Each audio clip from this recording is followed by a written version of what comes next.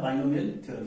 देखो binomial theorem क्या कहता है, अगर हमारा ऐसा कोई 1 plus x to the power n हमारा कोई एक्सप्रेशन हो जहां पर n जो है कोई भी पॉजिटिव, नेगेटिव या कोई फ्रैक्शन हो, पॉजिटिव नंबर हो या नेगेटिव नंबर हो या फिर फ्रैक्शन हो, और x जो है वो कोई रियल नंबर हो जो कि 1 से छोटा हो, तो इस केस में मतलब क्या होगा कि n जो है वो एक पॉजिटिव या नेगेटिव या कोई फ्रैक्शन हो और x जो है वो 1 से छोटा हो, तो ऐसे केस में बाइनोमियल थ्योरम क्या कहता है कि 1 plus x to the power n जो है वो बराबर होगा 1 प्लस एक सीरीज होगा, बहुत लंबा इनफाइनाइट जाने वाला एक सीरीज होगा जो जिसका वैल्यू होगा 1 plus n x plus n into n minus one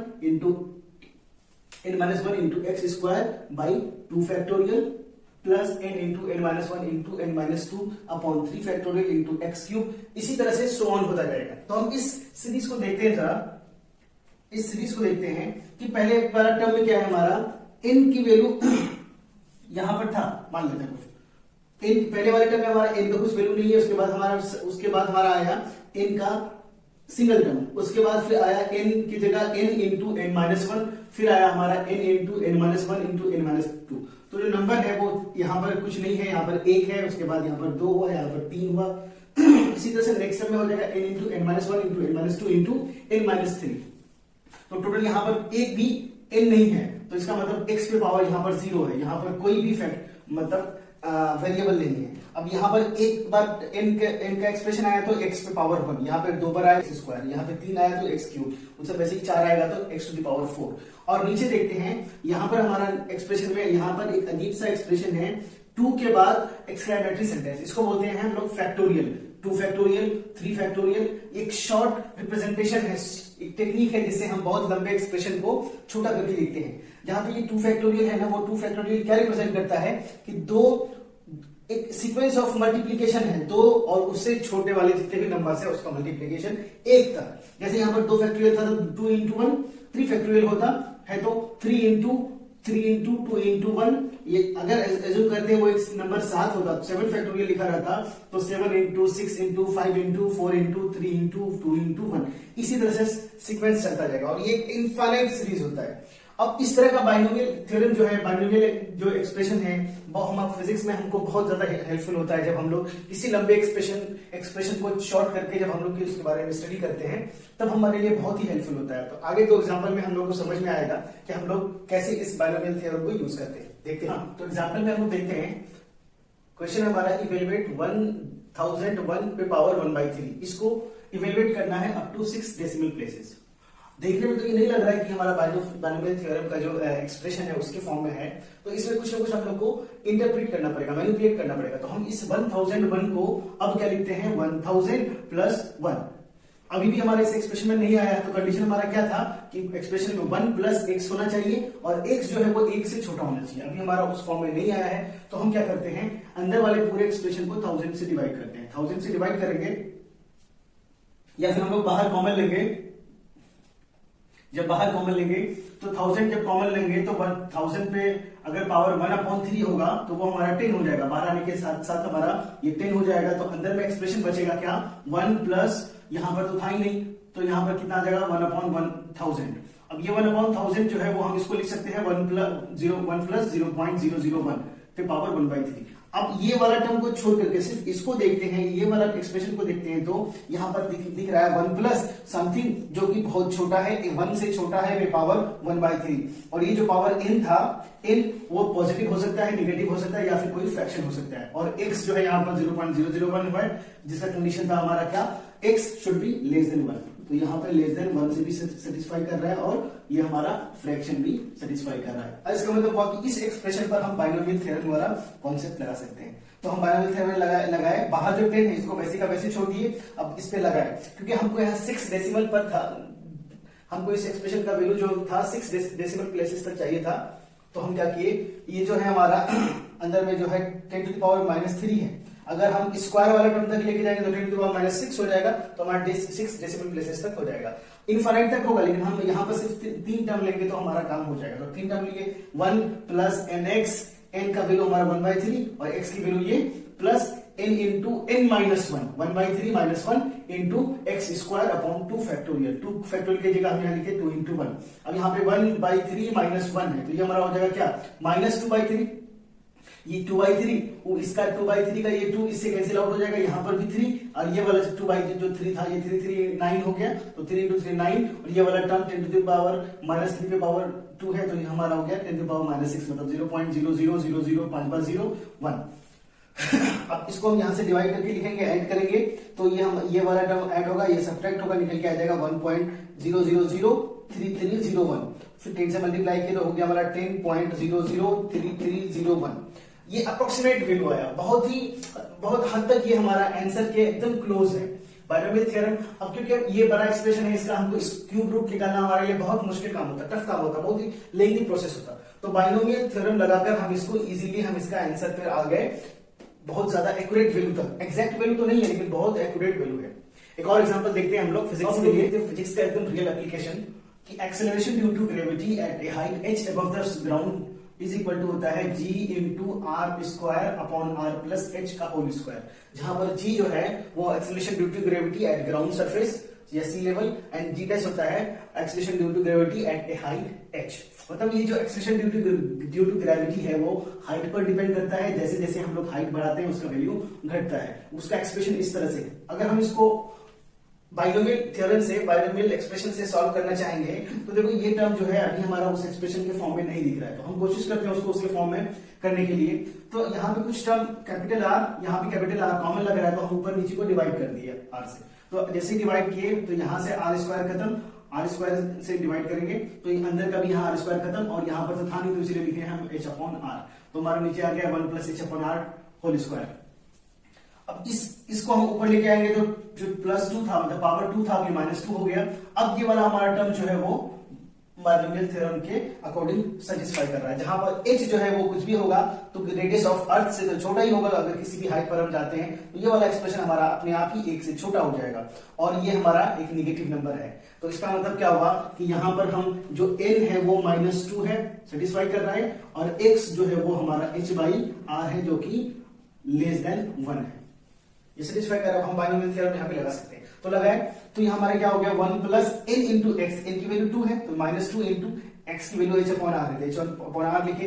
फिर नेक्स्ट टर्म हमारा होता n इंटू n माइनस 1, तो -2 into n minus 1, -3 into h upon r का होल स्क्वायर अपॉन 2 फैक्टोरियल। इसी तरह से हमारा सीक्वेंस इनफाइनाइट तक जाता रहता है। लेकिन अब हम क्या करते हैं कि अगर हमारा h बहुत छोटा है, बहुत छोटा है, हमारा r से जनरली 1 किलोमीटर हो सकता है, रेडियस ऑफ अर्थ बराबर होता है 6400 किलोमीटर, 6400 किलोमीटर होता है। तो उसके कंपेयर में 1 किलोमीटर ले लो, 2 किलोमीटर ले लो, 10 किलोमीटर ले लो, सभी बहुत छोटा होगा। तो इस केस में हम ना h अपॉन r का जो हायर पावर है, यहाँ पर होगा h अपॉन r का स्क्वायर, h अपॉन r का क्यूब, h अपॉन r का पावर 4, इसी तरह से जितना भी हायर पावर्स है h अपॉन r के बराबर बड़ा वाला सबको हम यहाँ पर नेग्लेक्ट कर सकते हैं। तो नेग्लेक्ट करने के बाद हमारा एक्सप्रेशन 2 ही टर्म का बचा। तो ये जो हमारा एक्सेलरेशन ड्यू टू ग्रेविटी है, ये अप्रोक्सीमेट वैल्यू से हम यहां से निकाल सकते हैं कि जो acceleration due to gravity at height h बराबर होता है 1g dash is equal to g into 1 minus 2h upon r। तो यहां पर हम लोग देखें बाइनोमियल थ्योरम को किस तरह से फिजिक्स में यूज करते हैं। हमारा अरिथमेटिक प्रोग्रेशन, ये अरिथमेटिक प्रोग्रेशन हम लोग क्लास 10th में अच्छे से पढ़ लिए हैं, फिर भी हम लोग एक बार बस हम लोग ओवरव्यू देख लेते हैं। अरिथमेटिक प्रोग्रेशन जो होता है वो सीरीज है, मतलब एक सीक्वेंस है नंबर्स का, जो कि हम लोग एक अरेंज, एक ऑर्डर में लिखते हैं इस तरह से कि हर एक जो नेक्स्ट नंबर है या फिर हर एक 2 कॉन्सिक्यूटिव नंबर्स के बीच का जो डिफरेंस है वो हमेशा कांस्टेंट होता है। एक जैसे यहाँ पर रिप्रेजेंट किया ना a0, a1, a2, a3, a4, a dash dash an, तो इसमें हर जो अल्टरनेट, मतलब हर जो कॉन्सिक्यूटिव नंबर है, मतलब a1 माइनस a0 या फिर a2 माइनस a1 या फिर a3 माइनस a2 या फिर a4 माइनस a3, सबके बीच का जो कॉमन डिफरेंस, सबके बीच में जो डिफरेंस है वो हमेशा बराबर होता है, जिसको हम लोग स्मॉल d से रिप्रेजेंट करते हैं, जिसको कहते हैं हम लोग कॉमन डिफरेंस। इसमें 2 चीज हम लोग को फाइंड करना होता है, एक nth टर्म और दूसरा होता है सम ऑफ n टर्म्स। तो nth टर्म फाइंड करने का जो फॉर्मूला होता है हमारा first term plus n minus 1 into common difference. जो nth टर्म बराबर होता है वो बराबर होता है first term plus n minus 1 into common difference, और दूसरा होता है हमारा सम ऑफ n टर्म्स। ये सम ऑफ n टर्म्स जो होता है उसको फाइंड करने का फॉर्मूला होता है n upon 2 into 2a0 2 into first term plus n minus 1 into d, या फिर हम लोग इसको लिखते हैं, क्योंकि यहां से अगर हम इसको हटाएंगे 2a0 को लिखेंगे तो a0 प्लस a0 और a naught plus n minus one into d खुद हमारा क्या है nth टर्म मतलब लास्ट टर्म। तो इसलिए यहाँ पे इसको ऐसे भी लिख सकते हैं जो सम ऑफ n टर्म्स होता है वो n/2 into first term plus last term. तो ये फॉर्मूलाज हमको इस सीक्वेंस एंड सीरीज का जो हमको अरिथमेटिक प्रोग्रेशन का याद रखना है, इंपॉर्टेंट है, हम लोगों को कहीं यूज हो सकता है फिजिक्स में, इसलिए इसको भी याद। नेक्स्ट है हमारा ज्योमेट्रिक प्रोग्रेशन। तो ज्योमेट्रिक प्रोग्रेशन में वो भी एक सीक्वेंस है जो कि इस तरह से डिराइव करते हैं कि हमारा जो प्रीवियस टर्म है उस प्रीवियस टर्म को अगर हम किसी कांस्टेंट क्वांटिटी से मल्टीप्लाई करेंगे तो हमारा नेक्स्ट टर्म निकल के आ जाएगा। जैसे यहां पर देखते हैं पहला टर्म हमारा क्या है a, इसको हम अगर r से मल्टीप्लाई करते हैं तो दूसरा वाला टर्म हमारा निकल के आ गया ar। उसके बाद फिर अगर हमको तीसरा टर्म निकालना है तो हम उसको क्या करेंगे ar को, इससे पहले वाला जो टर्म है ar उसको फिर से हम यही कॉमन रेशियो से कॉमन कांस्टेंट क्वांटिटी से r से मल्टीप्लाई करेंगे तो हमारा निकल के आ गया ar स्क्वायर। सिमिलरली अगर हमको फोर्थ टर्म निकालना है तो क्या करेंगे, इसके प्रीवियस टर्म ar स्क्वायर को मल्टीप्लाई करेंगे r से तो ar क्यूब। इसी तरह से हम लोग हर एक टर्म को निकाल सकते हैं और ऐसा सीक्वेंस जो फॉलो करता है उसको बोलते हैं हम लोग जियोमेट्रिक प्रोग्रेशन, जहां पर a रिप्रेजेंट करता है हमारा फर्स्ट टर्म और r रिप्रेजेंट करता है हमारा कॉमन रेशियो। अब इसमें भी वही हमको nth टर्म निकालना है। जब हमको nth टर्म निकालना होगा तो हम यहाँ पर देख रहे हैं ना कि अगर यहां से हमको दूसरा टर्म निकालना है तो r की पावर हमारा क्या है 1, तीसरा निकालना है तो r की पावर 2। तो इसका मतलब अगर nth वाला टर्म निकालना होगा तो हमको r पे पावर क्या लिखेंगे, उससे एक कम n-1, इसलिए यहाँ पे हमारा क्या हो गया tn बराबर a, tn is equal to ar पे पावर n-1। और हम n टर्म तक का सम अगर निकालना होगा, शुरू से n तक का हमको टर्म्स निकालना होगा तो हम लोग क्या लिखेंगे Sn बराबर a इंटू 1 माइनस आर पे power n upon 1 minus R, जब हमारा r जो है एक से छोटा है। या फिर हमारा ये फॉर्मूला बन जाएगा a इंटू आर पे power n minus 1 upon r minus 1, जब r हमारा बड़ा हो। बस यहाँ पे देखो जब r माइनस 1 यहाँ याद रखने के लिए ये ध्यान देंगे ना, नीचे में हमारा कभी निगेटिव नहीं हो। अगर हमारा 1 से छोटा हुआ तो हमको 1 माइनस आर लिखना पड़ेगा ताकि निगेटिव नहीं हो।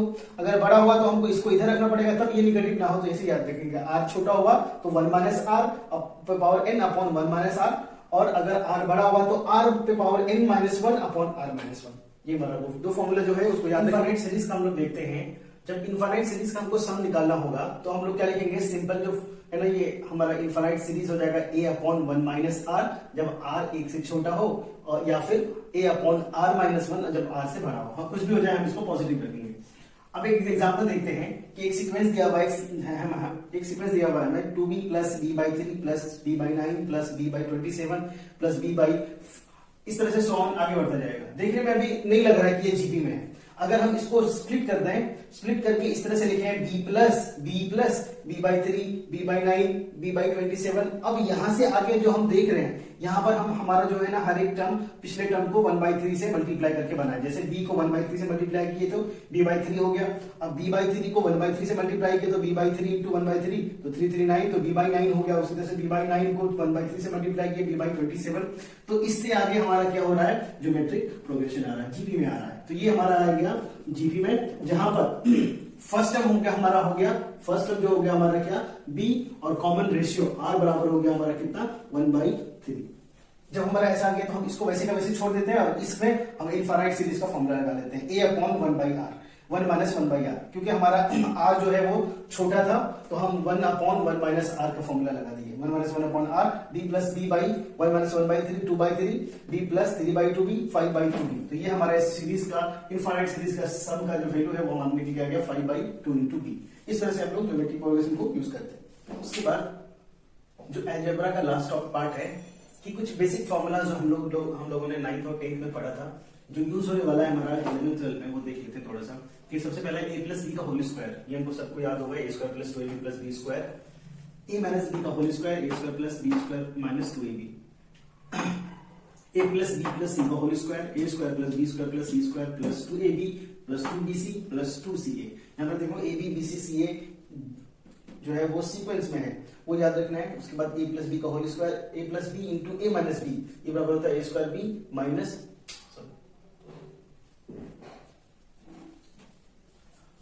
लास्ट अलजेब्रा में अलजेब्रा का लास्ट टॉपिक में हम लोग देखते हैं कुछ बेसिक फॉर्मूलाज जो 19th में हम लोग ऑलरेडी पढ़ चुके हैं। पहला है a प्लस बी का होल स्क्वायर, वो होता है a square plus B square plus 2ab। फिर है हमारा a माइनस बी का होल स्क्वायर जो कि है a square plus B square minus 2ab। फिर है हमारा a plus B plus C का होल स्क्वायर जो होता है हमारा a square plus B square plus C square plus 2ab plus 2bc plus 2ca। फिर है हमारा a plus B into a minus B जो हमारा होता है a square minus B square. फिर है हमारा a plus B whole cube a minus B whole cube. a plus B whole cube में हमारा a cube plus B cube plus 3ab into a plus B. उसी तरह से a minus B whole cube में हमारा जहां जहां plus है वहां माइनस लगा देंगे a cube minus B cube minus 3ab into a minus B. अब हमारा a plus B whole square minus a minus B whole square. अब ये दोनों टर्म को एक बार प्लस माइनस कर रहे हैं एक बार प्लस कर रहे हैं। जब माइनस कर रहे हैं तो हमारा 4ab हो रहा है। उसी तरह से a प्लस बी का whole square plus a minus B का होल स्क्वायर जब प्लस किए तो हमारा 2 into a square plus b square क्योंकि ये हमारा a प्लस बी में a square plus b square होगा ये टर्म आएगा और इसमें ये टर्म आएगा। जब माइनस करेंगे तो माइनस वाला प्लस हो जाएगा प्लस वाला माइनस हो जाएगा। ये दोनों खत्म हो जाएगा तो ये दोनों ऐड हो गया। सिमिलरली जब प्लस करेंगे तो प्लस ही रहेगा जो माइनस वाला टर्म है वो सिर्फ माइनस में रहेगा यहाँ का प्लस और ये वाला माइनस टर्म खत्म हो जाएगा तो यही दो बार आएगा इसलिए 2 into a square plus b square. a cube minus b cube बराबर होता है a minus b into a square plus ab plus b square और a plus b a cube plus b cube बराबर होता है a plus b into a square minus ab plus b square. एक और जो छोटा टॉपिक है componendo and dividendo rule जो वो कभी कभी यूज होता है वो भी याद रख लेंगे कि अगर हमारा कोई expression a by B is equal to c by D के फॉर्म में लिखा हो तो ऐसे केस में हम लोग क्या करते हैं एक बार न्यूमरेटर को ऐड करते हैं और एक बार जो डिनोमिनेटर है उसको न्यूमरेटर से ऐड करते हैं और उसको न्यूमरेटर से एक बार सब्ट्रैक्ट करते हैं। दोनों को हम फ्रैक्शन में लिख लेते हैं लेफ्ट हैंड साइड वाले एक्सप्रेशन को भी राइट हैंड साइड वाले एक्सप्रेशन को भी। जैसे a plus B is equal to C plus D है तो हम कहेंगे a plus B sorry a by B is equal to C by D लिखा हुआ है तो हम लोग लिखे हैं क्या a plus B upon a minus B is equal to C plus D upon C minus D. ये हमारा अलजेब्रा का टॉपिक खत्म हो गया। अब हम लोग स्टार्ट करेंगे ट्रिगोनोमेट्री। ट्रिगोनोमेट्री भी काफी यूजफुल होता है हमारा फिजिक्स में। तो सबसे पहले एंगल देखते हैं, एंगल इसको बोलते हैं।